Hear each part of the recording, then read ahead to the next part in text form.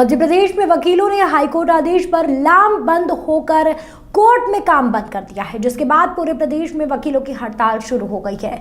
आपको बता दें कि हाईकोर्ट ने सभी न्यायालयों को प्रतिमाह 25 प्रकरणों पर फैसला करने के आदेश दिए थे। वकीलों का मानना है कि इस आदेश से नई सुनवाई प्रभावित हो रही है और पक्षकार भी इतने कम समय में अपना पक्ष रखने में मुश्किलों का सामना कर रहे हैं।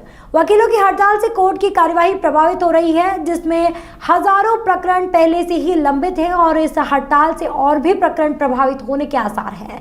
वकीलों ने पूरे प्रदेश में हड़ताल का आगाज किया है। ये जो हड़ताल हो रही है ना, इससे बहुत ज़्यादा नुकसान होगा आम जनता को, क्योंकि अभी त्यौहार भी आ रहा है। कुछ लोगों के घर वाले जो उम्मीद लगा के बैठे हैं कि उनके घर वाले आएंगे, तो इससे कोर्ट में अभी जो हड़ताल चलेगी तो जमानत नहीं हो पाएगी लोगों की। उससे उनके घर वाले भी परेशान हो गए, क्योंकि कुछ लोगों की तारीखें लगी हुई हैं, कोर्ट में सब कुछ चल रहा है। अब वो हड़ताल खुल जाए तो उससे क्या सब परेशानियां हैं वो ख़त्म हो जाएंगी लोगों की।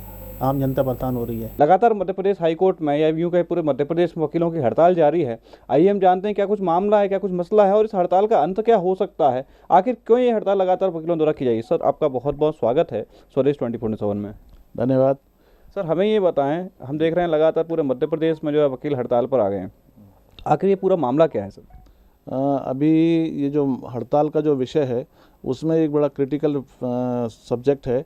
अभी हमारे चीफ जस्टिस ने एक सर्कुलर जारी किया है कि जो नए सिविल जजेज़ हैं वो 1 महीने में 25 केसों का फैसला करेंगे।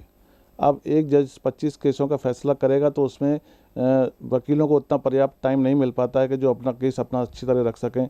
और जजेस के सामने भी समस्या आती है कि जो न्यूली जजेज हैं, जो न्यूली अपॉइंटेड हैं, कि वो उस किसी केस का फैसला अच्छी तरह से कर सकें, क्योंकि कोई भी केस का फैसला करना किसी भी व्यक्ति का, किसी पक्षकार का भाग्य का निर्धारण करना होता है। एक गरीब आदमी जो है, अगर नीचे से उसको फैसले में जल्दबाजी हुई और उसे फैसले में सही न्याय नहीं मिल पाता तो उसको फिर अपील, और अपील के बाद फिर सुप्रीम कोर्ट जाना पड़ता है। तो उसका जो वकीलों का प्रतिरोध इस बात रहा है कि एक इतना पर्याप्त टाइम मिलना चाहिए किसी भी केस का फैसला करने के लिए। आप उसको एक टाइम बाउंड ना दें, एक जज को समझने का मौका दें, वकीलों को अपना केस बताने का मौका दें, दूसरे सामने वाले वकील को अपना केस बताने का मौका दें।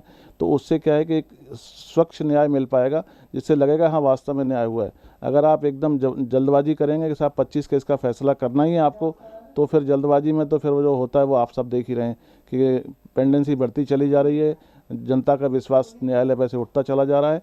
कारण यही है कि जल्दबाजी के न्याय से ना तो पब्लिक खुश है, ना वकील खुश हैं, ना इवन जुडिशियल ऑफिसर्स भी जो हैं वो अपने आप को एक हेजिटेशन मानते हैं कि हमें तो करना है, एक हमें मजबूरी है इसलिए हमें करना है। सर, मध्य प्रदेश में लगभग कितने केस पेंडिंग पड़े होंगे जिनको लेकर ये फैसला दिया गया है? मध्य प्रदेश में इस टाइम करीब मैं समझता हूँ 2 लाख से ऊपर केसेस जो हैं वो पेंडिंग पड़े हुए हैं, जिनकी सुनवाई होना है। लेकिन सुनवाई का तरीका जो अभी निर्धारित किया गया है वो थोड़ा गलत है। केस की सुनवाई करने के लिए आप समय का बंधन नहीं लगाना चाहिए। समय का बंधन लगने से क्या है, ना तो हम अच्छी तरह से केस को बहस कर पाते हैं, तैयार कर पाते हैं, और ना ही सामने वाला वकील कर पाता है, और जज को भी लगता है कि हमें तो इसी महीने फैसला करना है, जैसा भी होगा जो भी होगा हो जाए, क्योंकि हमें भी मतलब अपना कोटा जैसे 25 का जो निर्धारित किया है उसे पूरा करना है। तो जल्दबाजी का एक जो कारण है वो भी एक न्यायदान में एक बाधा है। इसके लिए पर्याप्त समय मिलना चाहिए था। इसी इशू को लेकर के स्ट्राइक हुई है। उनको एक चेतावनी देने के लिए पहले एक रिप्रेजेंटेशन दिया गया कि देखिए ये सर्कुलर जो आपने दिया है इसको आप वापस ले लीजिए, इससे इसके कई दुष्परिणाम सामने निकल के आ रहे हैं। रिप्रेजेंटेशन दिया, उसका कोई प्रभाव नहीं पड़ा। उसके बाद और काफ़ी मीटिंग्स में प्रयास किया गया, लेकिन जब उसको उन्होंने ओवरलुक किया तो एक टोकन स्ट्राइक करके ये दिया गया कि इससे जनता को न्याय नहीं मिल पा रहा, वकीलों को भी एक परेशानी पैदा हो रही है, और नीचे न्याय देने वाले अधिकारियों को भी उसमें परेशानी पैदा हो रही है। सर, लगभग कितने वकील आज की डेट में हड़ताल पे होंगे पूरे मध्य प्रदेश की बात करें तो? पूरे मध्य प्रदेश में मैं समझता हूँ शायद ही ऐसा कोई एक वकील हो जो हड़ताल ना किया हो। बाकी सभी स्टेट बार काउंसिल का कॉल था तो सभी उसमें हड़ताल में शामिल हैं, जितने भी एनरोल्ड हैं स्टेट बार काउंसिल में। मोस्टली एडवोकेट्स जो हैं वो इस बात के मानते हैं कि जो भी न्याय हो वो उसका स्पेसिफिक टाइम होना चाहिए कि जिससे वो समझ सकें, हम अपने बहस कर सकें, केस को बना सकें। यूँ कहें कि सीधे तौर पर सही न्याय के पक्ष में ये जो हड़ताल की गई है, इसको सही न्याय के पक्ष में हड़ताल की गई है। एक ये चेतावनी टाइप की दी गई कि भाई देखिए परेशानी बढ़ती चली जा रही है, दिन पे दिन दोनों पक्ष को परेशानी हो रही है।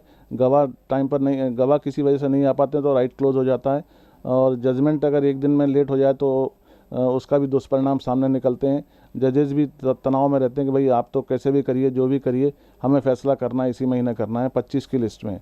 तो 25 की लिस्ट का जो दायरा बनाया है उसका विरोध है कि ये दायरा जो आपने बनाया है ये उचित नहीं है। चलिए, तो आप थे सीनियर एडवोकेट एच के शुक्ला जी, जिन्होंने बताया कि आखिर ये हड़ताल क्यों हुई, इसका मसला क्या था और इसका रिजल्ट क्या हो सकता है। फिलहाल हाईकोर्ट के जो चीफ जस्टिस हैं उन्हें एक निवेदन किया गया है टोकन हड़ताल करके कि ये हड़ताल तो सिर्फ एक टोकन है कि अगर आपने अपने फैसले को वापस नहीं लिया तो लगातार वकील जो है पूरे मध्य प्रदेश में हड़ताल करेंगे। अब देखना ये होगा कि इस हड़ताल के बाद में न्यायमूर्ति किस पक्ष में अपना फैसला सुनाते हैं। क्या वो अपना जो उन्होंने आदेश निकाला है उसे वापस लेते हैं या वो ये आदेश जो है यथावत रखते हैं।